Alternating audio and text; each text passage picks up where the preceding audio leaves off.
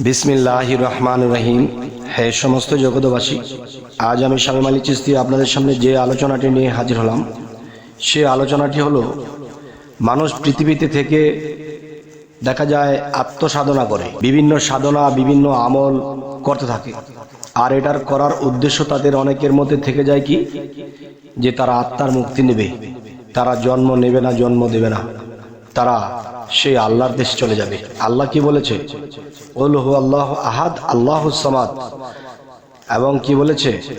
যে আল্লাহুস সামাদ লাম ইয়ালিদ ওয়া লাম ইউলাদ। যে আল্লাহ কি বলেছে? আমি এক, আমি অদ্বিতীয়, আমি স্বয়ংসম্পূর্ণ। আবার বলছে কি, যে আমি জন্ম নেই না, আমি জন্ম দেই না। তাহলে জন্ম নেই না এবং জন্ম দেই না, সেটা কে বলেছে? আল্লাহ বলেছে। তাহলে আল্লাহর দেশে পৌঁছাতে হলে আপনার আর আমার দ্বারা জন্ম বন্ধ করতে হবে। যেদিন আপনার দ্বারা জন্ম হওয়া বন্ধ হয়ে যাবে, সেদিন থেকে মনে করতে হবে যে আপনি আল্লাহর রঙে রঙিনিত হচ্ছেন। যেহেতু আল্লাহ কাম বাসনা করে না, আল্লাহ কোনোদিন কামের নেশা ডুবে যায় না, এরকম বিষয় যে আল্লাহর গুণে গুণান্বিত হতে হবে। তবে আল্লাহর সকল গুণ তো অসম্ভব যে নিজের মধ্যে অর্জন করা, হয়তো কিছু কিছু বিষয় আমাদের অর্জন করতে হবে। তাহলে আল্লাহর কিছু গুণাগুণ যদি একজন মানুষের মধ্যে আসে, তাহলে সেই ব্যক্তি আল্লাহর সাথে মিশতে পারে। তাই আমি বলবো, অনেকের মনের ধারণা যে আত্মার মুক্তি নেওয়ার জন্যই তারা সাধনা করে, আত্মসাধনা। তখন দেখা যায় কারো জীবনে আত্মসাধনা করে সে কখনো সফল হয়নি, কিংবা দেখা যায় তিনি পথভ্রষ্ট হয়ে গেছে, কিংবা সে যেই কাজের জন্য সাধনায় নেমেছে অন্যদিকে মোড় ঘুরে গেছে। কারণ আল্লাহ কি বলেছে? আমি তোমাকে পৃথিবীতে পাঠিয়েছি, এখন তোমরা আমার সাথে মিশবে। যদি আমার সেই প্রেমিক, আমার সেই সাধনা আর আমার সেই আইন কানুন, মোট কথা আমি আল্লাহকে ভালোবাসতে যা কিছু লাগে তাই করবে, তখন আমি যখন দেখব যে হ্যাঁ তিনি আমার প্রেমে এরকম ফানাফিল্লা, তখনই কিন্তু আল্লাহ ওই ব্যক্তিকে মুক্তির ফয়সালা করবে এবং কি সে আল্লাহর বাড়িতে চলে যাবে বা আল্লাহর সাথে একাকার বিলীন হয়ে যাবে। তাই আমি বলবো যে মানুষ একটা জিনিস জানে, যে মুক্তি নিলে মানুষ কোথায় যায়। যে অনেকেই বলে একটা কথা, যে আত্মার মুক্তি নিব, পৃথিবীতে আর জন্ম নেব না, জন্ম দেব না, আল্লাহর সাথে বিলীন হয়ে যাবে। আচ্ছা, তো এখন বিষয় হলো যে আল্লাহ তো মুক্ত, আল্লাহ কোনো কিছুতে যুক্ত নয়। আল্লাহ কি বলেছে? যে আমাকে কোনো দুঃখ দুর্দশা স্পর্শ করে না, আমাকে নিদ্রা স্পর্শ করে না, আমাকে ক্ষুধা আমাকে স্পর্শ করে না। তাহলে বোঝা গেল কি, সকল কিছুর ঊর্ধ্বে তিনি। তাহলে পৃথিবীতে চলাকালীন আপনি আমি ক্ষুধায় ভুগি, ক্ষুধায় সইতে পারি না, খাবার খেতে হয়, এবং দেখা যায় যে আমাদের কোনো তৃপ্তি আছে, সেই তৃপ্তি আমাদের মেটাতে হয়, বা বিভিন্ন কিছু। যাই হোক, আজকের মূলত যে আলোচনাটি করতে চাচ্ছি সেটা হলো কি, দেখেন যে অনেকের ধারণা তারা আত্মার মুক্তি নেবে। এই আত্মার মুক্তি নিয়ে কোথায় যায় এবং সেখানে গিয়ে কি করে। এখন যদি বলা হয় যে আল্লাহ শ্রেষ্ঠ জান্নাত দান করবে, যেখানে শান্তি আর শান্তি।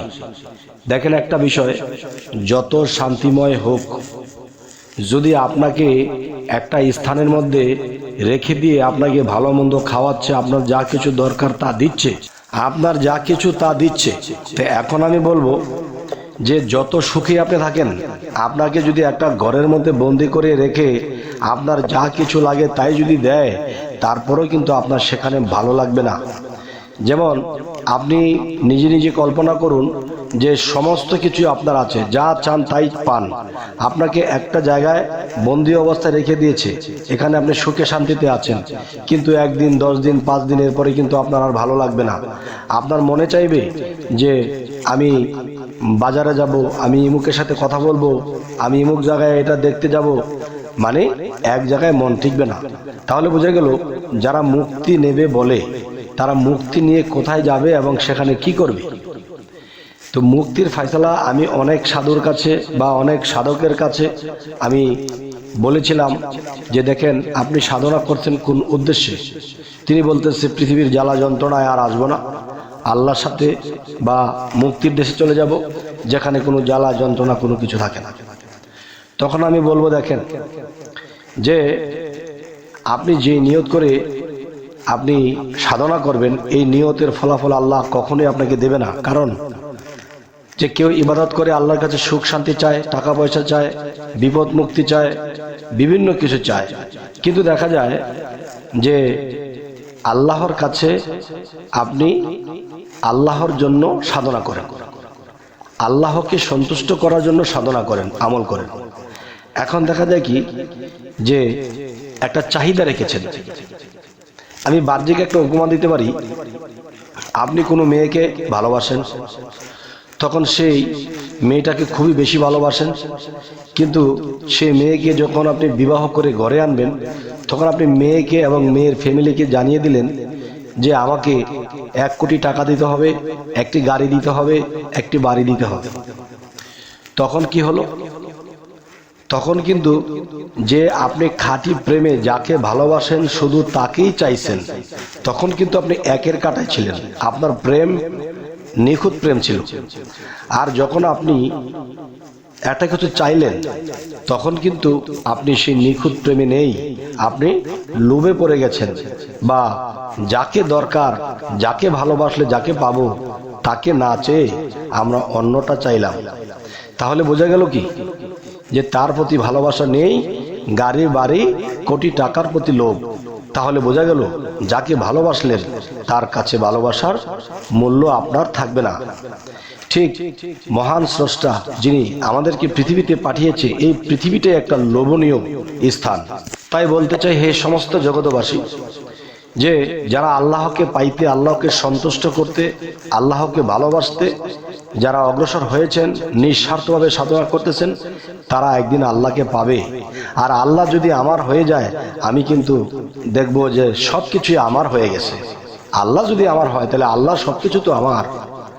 তাই আমি বলবো যে আল্লাহর কাছে বলতেছি, আল্লাহ এই সমস্যা সমাধান করে দাও, আমাকে ওই জিনিসটা দাও, আমাকে এই বিষয়টা দাও। তাহলে বোঝা গেল যে আল্লাহর ইবাদত করতেছি আর আল্লাহর কাছে চাইতেছি যে আল্লাহ আমার সমাধান করবে, আল্লাহ আমাকে এই জিনিস দেবে। তাহলে কিন্তু আল্লাহর প্রতি সেই ভালোবাসাটা রইল না, রইল কি? এটা দোটানা হয়ে গেল। আচ্ছা, তাহলে এখন বলবো, খাঁটি প্রেমিক যারা, তারা কখনোই এটা চাবে না। কারণ আমার কি দরকার, জানা আছে তার, সে তার কাছে আমি যা চাবো এর চেয়ে বড় কিছু সে দেবে, তার মনে আছে, তার অন্তরে আছে। কিন্তু এর চেয়ে ছোট জিনিস আমি চেয়ে বসেছি, তখন কি হলো? তখন তার কাছে আমি দোষী হয়ে গেলাম, আমার অরিজিনাল প্রেম ডুপ্লিকেট হয়ে গেল। তাই বলবো, হে সমস্ত জগৎবাসী, যে ছোট্ট কথাটি বলার সেটি বলা হলো না, সেটি শুনুন। যে মানুষ মুক্তি নিয়ে কোথায় যায় এবং সেথায় গিয়ে কি করে। যদি কেউ ভাবে যে আল্লাহর সুখ স্বাচ্ছন্দ্যর এমন একটি রাজ্য বা এমন একটি স্বর্গ, এমন একটি বেহেশত, এমন একটি জান্নাত তৈরি করে রেখেছে, সেখানে শুধু সুখী শান্তিতেই থাকবো, না বাবা, অসম্ভব। এটাকে আত্মার মুক্তি বলে না। এটার মূল বিষয় হলো যে আল্লাহ যদি চায় পৃথিবীর এই প্রান্ত সে প্রান্ত চলে যাবে, পৃথিবীর বাহিরে চলে যাবে, কোথায় কি দরকার তিনি চলে যাবে, মিনিটে মাইল চলে যাবে। তাহলে বোঝা গেল কি যে আল্লাহ সর্বময় বিরাজিত, আল্লাহ মুক্ত, আল্লাহকে বাধা দেওয়ার কেউ নেই। ঠিক একটা মানুষ যদি পৃথিবীতে সাধনার দ্বারা মুক্ত হয়, তাহলে সেও কিন্তু পৃথিবীর এপারে সেপারে যে কোনো স্থানে সে যখন তখন যেতে পারে, মুক্ত। মুক্ত তো মুক্তই, তাকে ঠেকাবার কেউ নেই। তাহলে বোঝা গেল কি যে তখন এই পৃথিবীতে থাকাকালীন কিন্তু এই সাধকের পিছে বা এই সাধুর পিছে বা এই পীরের পিছে বা এই মুর্শিদের পিছনে অনেক মানুষ এসেছে, বিশ্বাস করেছে, অনেকের ফলাফল পেয়েছে, ভালো হয়েছে, ভালো লেগেছে। তো এখন বিষয় হলো যে অনেক মানুষ কিন্তু তাকে ভালোবাসে, কেউ গুরু হিসেবে ভালোবাসে, কেউ মুর্শিদ হিসেবে ভালোবাসে, কেউ ভালো মানুষ হিসেবে ভালোবাসে, কেউ তার কাছ থেকে উপকার পেয়েছে, আশিক হিসেবে তাকে ভালোবাসে। তো এখন আমি যেটি বলবো, এই লোকগুলো পৃথিবীতে আছে, থাকবে। তো এখন এরা যদি কোনো বিপদে পড়ে বা কোনো সমস্যায় পড়ে, তাহলে কিন্তু সে আউলিয়াকে, সে মুর্শিদকে স্মরণ করবে, আমরা এই বিপদে আছি, এই সমস্যায় আছি, হে আল্লাহর ওলি, হে মুর্শিদ, আপনি রক্ষা করুন। তখন তার সাথে কি আল্লাহর কানেক্ট হয়ে গেছে। কারণ তাকে বলা মানে কি, আল্লাহকে বলা। তার কাছে সাহায্য চাওয়া মানে কি, আল্লাহর কাছে চাওয়া। কেননা যে কি বলেছে দুনিয়াতে যে একজন কামেল মুর্শিদের হাত হলো রাসূলের হাত, আর রাসূলের হাত আল্লাহর হাত। তিনটা হাত যদি একটা হাত হয়, তাহলে একজন মুর্শিদকে যখন বলা হবে সমস্যার কথা, তখন সেই মুর্শিদ তো দেহ ত্যাগ করে চলে গেছে, কিন্তু তার আত্মা তো মৃত্যুবরণ করেনি, তার আত্মাটা মুক্ত। যখন সেখানে যাইতে পারে। কোনো ভক্ত যখন বিপদে পড়ে ডাক দিয়েছে, তখন সেই আত্মা সেই মহাত্মার সাথে মিশ্রণ হয়ে যখন মহাশক্তিশালী হয়েছে, তখন সে আল্লাহ মুর্শিদ রূপে এসে সে ভক্তদের রক্ষা করে। সুবহানাল্লাহ। তাই বলবো কি, যে মুক্ত তো সেই ব্যক্তি যখন তখন যেখানে সেখানে যাবে, যা খুশি তা করবে, এটাই হলো মুক্ত। আর যদি বলা হয় যে না, আল্লাহ আমাদেরকে সেই জান্নাতের মধ্যে বড় একটা আস্তানা বানিয়ে বা ওখানে সুখ স্বাচ্ছন্দ্য সমস্ত কিছু দিয়ে আমাকে সেখানে রেখে দেবে, না, এটা সম্পূর্ণ ভুল ধারণা। কারণ আল্লাহর ডিউটি কি? আল্লাহ কিন্তু সমস্ত ফেরেশতাদেরকে চালাচ্ছে। কোথায় কি লাগবে, কোথায় কি দরকার, ফেরেশতাদেরকে চালাচ্ছে, আবার আল্লাহ নিজেও করছেন। তাই বলবো, যদি কেউ আল্লাহর গুণে গুণান্বিত হয়, যে কয়টা গুণ, আল্লাহর তো লক্ষ কোটি গুণ, যেই গুণে শেষ করা যাবে না, কিন্তু আল্লাহর কিছু গুণ যদি কেউ লাভ করে, সেই গুণে গুণান্বিত হয়ে সে মুর্শিদ রূপে এই ভক্তের ফয়সালা করে, বা মানুষ যদি তাকে স্মরণ করে সে ফয়সালা করে দিয়ে যায়, আত্মগতভাবে চক্ষুমান ব্যক্তিরা তাকে দেখে চিনে ফেলবে, আর চক্ষুমান যারা নয় তারা দেখবে কিছুই দেখবে না, তারা চিনবেও না। আর সে চক্ষুমান ব্যক্তি বুঝে নেবে যে অন্য একটা রূপে এসে, আমার মুর্শিদ এসে, আমার গাউসুল আজম এসে, আমার খোদা এসে আমাকে এই সমাধান করে দিয়ে গেল। তাই বলবো, হে সমস্ত জগতবাসী, আত্মার মুক্তি যদি কেউ চান, তবে মনে মনে চাওয়ার দরকার নেই, প্রকাশ্যেও চাওয়া দরকার নেই। আমি যখন তার কাজ করব, তখন সে তো আমার কাজ করবে। তাহলে আমরা চাওয়া মানে কি? ঠকে যাওয়া। আর আল্লাহর কাছে 2 নম্বর প্রেমিক হিসেবে পরিচিত হয়ে যাব। আর নিঃস্বার্থভাবে যখন সাধনা করব, শুধু তাকেই চাই, শুধু তাকেই ভালোবাসবো, যদি এখানেই থাকি, তাহলে আমার কি দরকার? জানা আছে তার, চাওয়ার দরকার নেই আমার। তবে হে সমস্ত জগতবাসী, আজকের আলোচনা আপনাদেরকে কি বোঝাতে চাইলাম, এবং সামনে কি ধরনের আলোচনা চাইছেন অবশ্যই জানাবেন। আমাদের চ্যানেলটিকে সাবস্ক্রাইব করে রাখবেন। সকলে ভালো থাকবেন। আল্লাহ হাফিজ।